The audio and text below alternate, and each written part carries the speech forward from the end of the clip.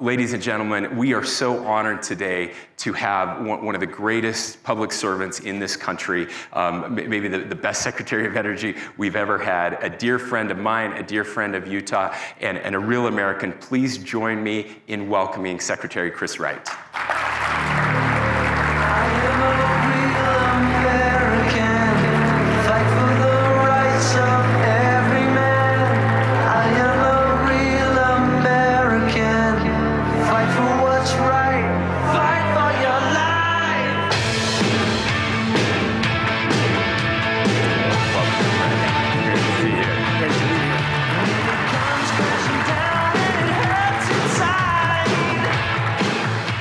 Ladies and gentlemen, if you're going to have great walk-up music, you have to wait till it hits. And we got it. We got it for you. We're glad you're here. Welcome to Utah. Great to be here. Great to be in a room packed full of exciting entrepreneurs making stuff happen that all came to this state. I think it's random, right? Could have been any 50 states. Could have been anywhere, but a little less random than you might think. You know, we're excited. Look. Mr. Secretary, you and I have talked about this often. You heard me talk about energy being the key to human flourishing. Mostly I was just ripping off your lines during that speech. You've talked about it being the key to human flourishing, but I want you to expand on that. Why do you think why is that true? Yeah, but if you look at history and the progress of civilization and people's quality of life and all that, they're just intimately tied to the energy system that's there. You know, that this little postage stamp that even then had a lot of land below sea level, the Netherlands in northwestern Europe was nothing special. And then they started to develop peat, immature coal they dug up and burnt. And within a generation, they were the wealthiest per capita nation on planet Earth. And they had a giant shipborne trade all around the world, transforming their energy system, built the start of capitalism, liberation of women, freedom. Energy is this catalyst to just change societies. And if you look at the broader planet, you know, human life expectancy at birth was about 30 years, as far back as we know. And 200 years ago, globally, human life expectancy at birth was about 30 years. Today, it's 70 years. Like, what happened? And to me, it's just the transformation in the available energy per person. And the growth of human freedom, human liberty. Those two things just transformed our world. So when I was talking about kind of this scarcity mindset and managing decline that we hear from so many groups and institutions, I saw you nodding your head over there, and I'd like to have you kind of respond to that. Do you feel like we're beginning as a country to rediscover that abundance mindset as opposed to the scarcity mindset that has really dominated the last 20, 30 years? Absolutely. President Trump described it as a golden era. We're going to go into a golden era, by which he means we're going to put the nonsense, really, of the last couple generations behind us and just move forward, lean in, be optimistic, believe in our futures. And broadly, I grew up in that time. You mentioned Paul Ehrlich, and of course, I read that book as a young kid, probably freshman year in high school. We had a professor from CU come down and explain to us how industrial civilization would collapse around the year 2000. Could be 1995, could be as late as 2005. But we're running out of coal, we're running out of oil, natural gas, fertilizer, farmland. It's just this scarcity, pet doomster scarcity was just rife. Obama's science advisor, John Holdren, was a partner of Paul Ehrlich's. That was just a glowing, just the dominant ethos, this belief our best years were behind us and it was all decline. In fact, it was one of the reasons that took a Western kid in Colorado to go to Cambridge, Massachusetts to work on fusion energy. Because we're going to run out of energy and it's all a doomster future ahead of us. I'm an optimist. I wanted to climb mountains and see the world. That's what drew me into energy. And then a little bit of a blind squirrel finds a nut. I play a role in the late 90s, and we start the American shale revolution, and we have an explosion now that's sort of we're running out of hydrocarbons thing, clearly wasn't viable anymore. But we had already started a transformation into another doomster view, that really became the climate cult. Like the consumption of hydrocarbons does increase atmospheric CO2 concentration by about 50%. It absorbs infrared radiation. It's contributing to a warming of the planet. Like it's a real thing. But people that study it economically, physical science, as I have for 20 years, it's like a real thing, but it's no big deal. It's nowhere close to the world's top 5 or 10 problems. But it became this other mantra to preach fear and scarcity. Well, okay, we have a lot of resources, but we can't consume them or the world's gonna end. Kids today college kids say they don't wanna have kids. They're fearful for their future. Like not only is it a misrepresentation of what we know about climate change and economics, but it's a preaching of pessimism. Like, how could you ever solve problems if you convinced the next generation the world was gonna be worse? It absolutely is not gonna be worse, it's false. But yes, that is a goal of the Trump administration, the Cox administration in Utah, and I would say more broadly to say, look at history, look at the opportunities in front of us. There's never been a better time to be alive. The future is gonna be awesome if we believe it's gonna be awesome and we make it to be awesome. But yes, we need a return of abundance, of optimism, of can-do spirit. That hope is infectious. At least I hope it's infectious. Hope tends to spread a little slower than pessimism, but I'm grateful that you're out there preaching hope. We desperately need it. Now, electricity demand is surging with the advent of frontier technologies that we're seeing. How do you look at this moment in our country's history? You get to play a central role at a time when energy demand is increasing at a rate that has never been seen in human history. How do you process that? So it's fantastic, right? That's what you want. You want challenges where your country and your people can rise to meet the moment and deliver something better. I actually think it's going to help us fix two of the problems I've been very passionate about. One is, for almost everyone in this room, the last 30 years, 40 years, think my whole adult life, if you're well-educated, as above average quantitative skills, and you come from an intact family, like your life opportunities have been pretty awesome the last few decades. If you grew up in a rural area where jobs are scarce and disappearing, you didn't get an education beyond high school, which maybe isn't that valuable anyway, but we believed it was. You can't get this job because you don't have a college degree. They took shop out of high school after I left high school. We degraded the people that worked with their hands, that built our country. And then when we brought China into the World Trade Organization and gave them most permanent, most favored nation status on trade, that's when industrialization in America stopped growing. It just became an ever-shrinking part of our economy. Who lost from that? We didn't lose our economic opportunities. We lost national security, we lost some pride, but blue-collar people just born in different circumstances, they've had a rough 30 years. Why do we have a fentanyl crisis? Why do we have rising depression?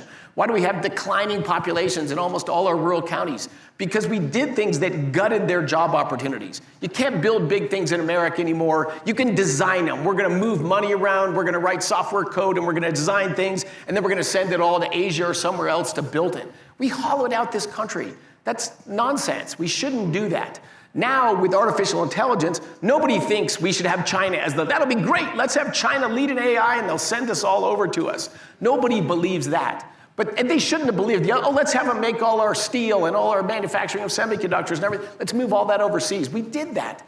But I think people realize enough. We need to build cutting-edge technologies. We need to manufacture energy-intensive things in our country again for national security, for economic opportunity. And I think the economic opportunities that are going to grow for people that haven't had them is going to be awesome. I think the pace of innovation, and this next generation, the young people in this room, I see Isaiah sitting up on this stage and Jake sitting up on this stage, and what do they want to do? They want to cut steel and build things and pour cement. Like people of my generation, nobody got up there and said they wanted to do that. But that's where we lost our way, we found our way. I think we are going to launch a golden age, a nuclear renaissance, a manufacturing renaissance, a believe big, lean in, optimistic in our country and the future of our world. Well, let's talk about the nuclear renaissance piece. You just heard you had Chairman Nee on stage with us right now. You've been very ambitious when it comes to nuclear in this country. I think it was a year ago this week that the president signed those 4 executive orders around nuclear that have completely transformed our capabilities, our abilities to build, deploy the entire life cycle. We're trying to get some reactors critical by July 4th. That's a big deal. Tell us how that effort is progressing in your view. Yeah, so the 4 presidential executive orders that President Trump signed were a year from tomorrow. Okay. So we're only 364 days in. And look, if you want to stir an industry to motion again, a quiet nudge or even an aggressive nudge, certainly I think not enough to make it happen, and certainly not consistent with President Trump's style. So as you know, very bold goals. We're going to quadruple our nuclear capacity in the next 25 years. But boldest of all was we're going to have nuclear reactors critical by July 4 of our 250th anniversary, July 4 of this year. So when he signed those executive orders, that's less than 14 months away. We have not had a non-light water reactor turn on in over 40 years. And the president said, well, we're going to do it in 14 months. Why not? Why not? Can't we do that? Can't we do that? And of course, the real answer is if we have thoughtful regulation and we get the bureaucracy out of the way, can the people in this room and other entrepreneurs make it happen? Yes, they can. And yes, they will. One of those reactors will be right here in the state of Utah, and that will happen. I think nothing's 100% certain with the future, but highly likely we will have an awesome new high-temperature gas-cooled reactor running its nuclear systems before July 4 in the state of Utah, additional reactors in neighboring Idaho. That to me, when I tell people around the world, everyone around the world, back to this strategic thing, wants to get nuclear technology from America. That China and Russia as a strategic partner is less sexy today than it was 5 years ago, for obvious reasons. They want to do it with America. But of course, their worry is, you guys were awesome, but can you build stuff again? And when I tell them, come over this summer, and you will see multiple next generation nuclear reactors running their full nuclear systems in the United States that fast. That is a confidence. It's like America's back. America's back. We want to see those technologies. We're going to figure out which ones are right for us, but we're ready to go. Wow, America is back.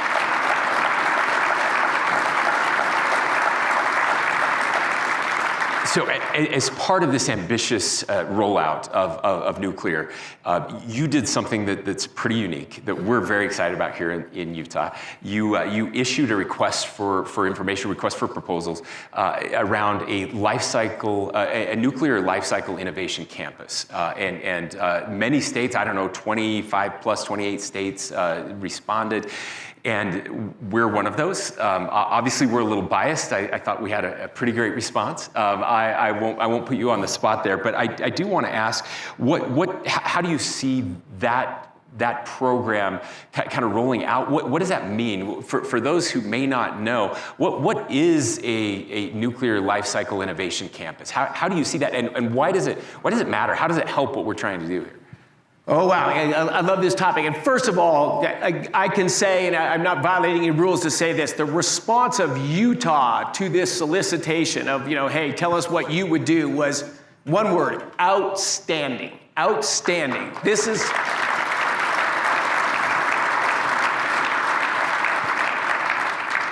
But to frame this context broader, so look, I was a kid that went to college to work on nuclear. So I've been passionate about nuclear. It's high density energy. It doesn't care what the weather's going. Small amount of land, small amount of fuel, an immense amount of energy. So much innovation we can do to make it more energy dense, lower cost. One other thing, and then I'll get back to your question. We talk a lot about the electricity grid, and the electricity grid is awesome. It is wired as part of our life, and we love it. But one thing you've got to keep in mind, electricity is one form of energy. And I will argue firmly, it is not the most important form of energy. The most important form of energy, by far, is heat. 10 times more people die from the cold than from the heat.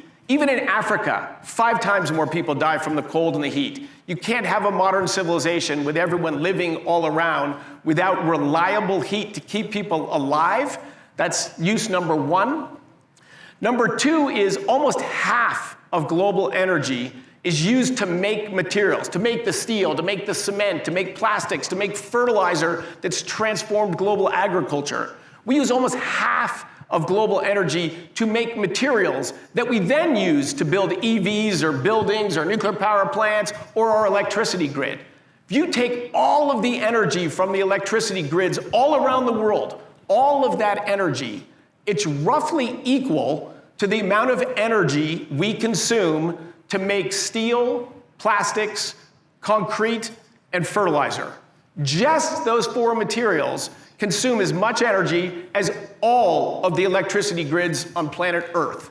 So contributing to the electricity grid is awesome. It's the most expensive, highest form, most refined form of energy.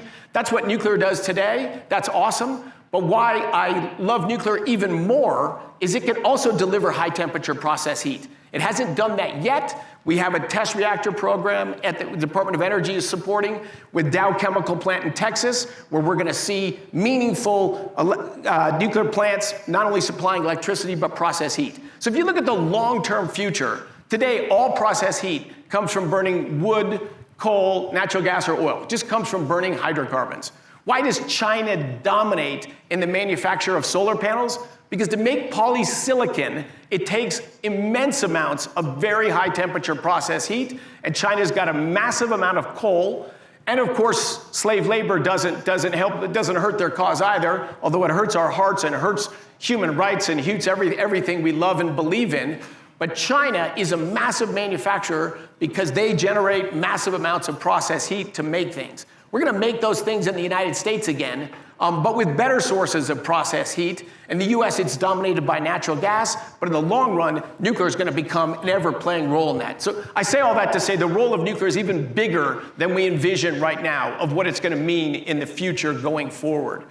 But so when I went to college, and still today, one of the big questions, people say, well, nuclear can't go very far. It's sort of got a blockage. We don't have any place for long-term disposal of spent fuel. What are we going to do with the spent fuel? It was in the Atomic Energy Act. We were going to have that by the end of the last century. We didn't do it. We're paying money into a fund, a penalty, because the federal government has failed the industry. We need to deliver that. In my confirmation hearing, a senator from Nevada, in a dialogue with me, said, I will vote for you, a Democrat, I will vote for your confirmation if you guarantee me not a kilogram of waste will ever go into the state of Nevada. Number one, I didn't get her vote because I'm not gonna guarantee anything in the future. Although I did say, if you want to do big things, you have to have the buy-in of local people. So, you know, if Nevada hates it and doesn't want it, well, guess what? It's not going to happen in Nevada. But I'm not going to guarantee that. But our thing was just to turn this equation around.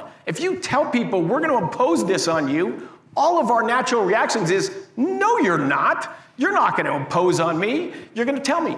The way that free societies work, the way that capitalism works, is voluntary exchange, voluntary interactions. So we just turned that around. And some of our great team that worked on that are in the room tonight and said, we're going to go out to the states and say, who wants to be a leader in the future of nuclear? Who wants to have a nuclear life cycle innovation campus? Guess what? Those spent used fuel rods, they're full of a ton of energy. You know, yeah, we've had stupid rules in the past in the US to prevent reprocessing. We're reversing that. We're going to reprocess those spent fuels and get more fuel out of them. We're going to get isotopes out of them. They're going to help us cure cancer and fix different drugs. We're going to fabricate the fuel right there. We're going to enrich uranium. Like, this nuclear industry is going to be a huge industry. Who wants to host the cutting-edge technologies of what will likely be the fastest growing energy and technology industry of the next generation or two? Well, 28 states said, we do. You know, when you pick one and tell them it must be you, that doesn't work. When you lay out the benefits that are involved in it, we had huge reaction. At the end of the day, we'll have more than one of these nuclear life cycle innovation campuses. But boy, we got what we expected, was that most states would realize, do we want technology, jobs, opportunity, and dynamism in our economy? Yes. And so we got a lot of great responses, but I'll say it again. The Utah one was outstanding. Thank you. We're excited to hear that. It's great news. Thank you. So I want to switch gears just a little bit. You talked about the grid and how important the grid is to our country. I mentioned earlier, a little tongue-in-cheek, but this is absolutely true. It did take us 14 years to get the permits for transmission across the state of Utah, in large part because of the federal government and crossing federal lands. There were some other issues as well, but permitting reform is absolutely critical. You and I had a conversation about this before. Can you talk about why it matters, and are we getting closer? How do you see that? Again, so some of the permitting reform is done because the Trump administration has been able to cut through some of that red tape and make it happen. But we also, I think, all agree we need some congressional action here to help us. NEPA's been kind of ruined over the years. Very important law, but the ability of people to just sue and drag things out was never the intention of NEPA, and it's made it almost impossible to build. So where are we, and how do we change that? So question's spot on. We absolutely want to get something done through the legislature. The next few months is a time of real opportunity. I'm by nature an optimist, but I hope we can do it. But let me hit NEPA first real quick. NEPA is a 1970s law, kind of common sense. America's getting richer and people are looking at things, and hey, if you're going to build something big, you're going to use federal money or on federal lands or big impacts, report on what the environmental impacts might be from what you're doing. That's common sense. As your society gets wealthier, you could have cleaner and cleaner air and water. I grew up in Denver, Colorado, and we could, on 1 in 3, 1 in 4 days, I could not see the spectacular Rocky Mountains from our home, the brown cloud. And Paul Ehrlich and such said it was population times wealth. That's the environmental destruction curve. The population of Denver since that time has quadrupled. The wealth has far more than doubled per person, maybe tenfold growth in economic activity, and the air quality is astoundingly better. It's very rare when we have, an inversion in a long time thing that you see a meaningful haze in Denver, just dramatic improvement. That is true across the whole United States. Our water is massively cleaner since I was born. Our air is massively cleaner. I'm an outdoor adventurer. I never saw moose. I never even saw elk. I never saw a mountain lion. I never saw a bear in the wilderness of Colorado growing up, adventuring all around. I see all of them now. So wealthy, smartly regulated societies can, of course, in fact, it's not that they're not in opposition. Wealthier societies can deliver cleaner environments, and it's a win for both sides. But so NEPA just got weaponized away from what it was supposed to be. And President Trump right away said, every agency, look at the NEPA law, read the law, look at how your agency, if you're a NEPA issuing agency and Department of Energy is, and align your practices with the law. It's a pretty simple thing. We all worked hard to do that. I think we released them in the end of June, which meant like 2/3 of the people that apply for NEPA at DOE shouldn't even be applying. And then the ones that are applying, here's the procedures we're going to do consistent with the law. Just as we were about to release this stuff, the Supreme Court handed down a unanimous decision saying the same thing. NEPA's been weaponized, it's off track, you got to go back to the rule of law. So the NEPA problem, I think, has mostly been fixed, but of course, it's only one problem. Permitting reform, the simple story is we became an awesome nation by bold people building big things and all of us benefiting from that. As you mentioned, 6 years to build the Transcontinental Railroad. Just transformed our country, and more than twice that long for you to permit one transmission line. Like and that is bipartisan. In fact, before my confirmation hearing, that's the dialogue I had with everyone, Republican and Democrat alike. We need to build things in America again. There's a reason we haven't built things, except for the Texas, Louisiana, Gulf Coast, and maybe Utah. We have not built a lot of big things in America in the last 25, 30 years, and we need to fix that. So I think there's recognition on both sides. Energy's complicated, permitting is complicated. That's what scares me a little bit. But I had a long dinner with a crew of legislators and policymakers 2 or 3 nights ago. We are working that. We need to get a bill. I think we have probably better than even odds, but it is a tough putt to do something politically. Well, the good news is there is bipartisan support for it. There is. For the first time in a long time. We haven't heard that. It was kind of the right versus the left. Now I like to say some of I talked to my fellow governors, and they sound like Reagan Republicans when it comes to energy and permitting reform, which I'm very excited about. So let me ask you this. One of the concerns we hear from people today, and I know you hear it, I know the president hears it, is just the cost of living, right? It's a dangerous world out there. We know that something that happens on the other side of the world can impact what's happening here. How does this movement towards more energy, abundant energy, how does that translate? How do we help people understand the direct benefit to them, not just to some big faceless, nameless company that or some billionaire who's going to get rich, but how does that impact everyday Americans? It is a huge issue and should be a huge issue, and in fact, it's the exact same issue. Why?